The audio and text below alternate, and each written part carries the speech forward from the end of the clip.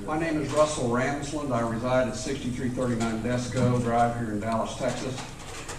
In thinking about my remarks to you today, I was struck by the privilege that has actually been conferred upon you to represent your fellow citizens as Dallas County Commissioners. Even in the case of those of you who won by scant margins, you are nonetheless charged with representing all of the citizens from your respective areas, and you are honored with this office. Lately, I've been hearing from a lot of people who would gladly like to trade places with some of you.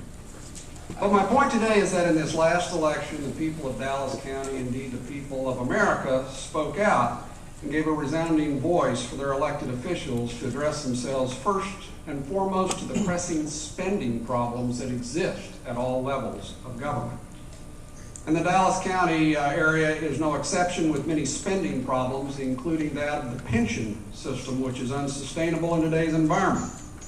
The people also gave evidence that they would like their elected officials to work in a bipartisan fashion as possible.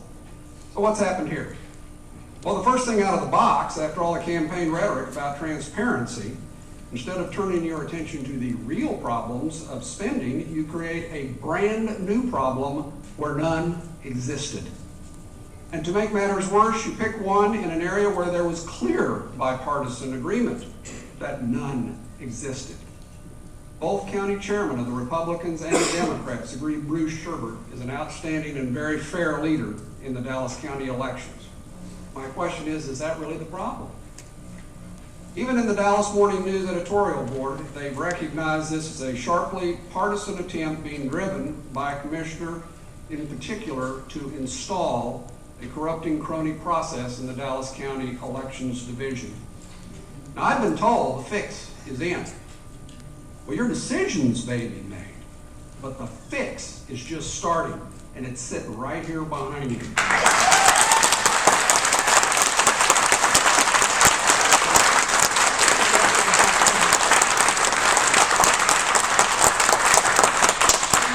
Aware that we are watching, and we are not in any sort of agreement with these activities. We have tools at our disposal that we will use to bring transparency, even as you try to cloak it in secret meetings and darkness.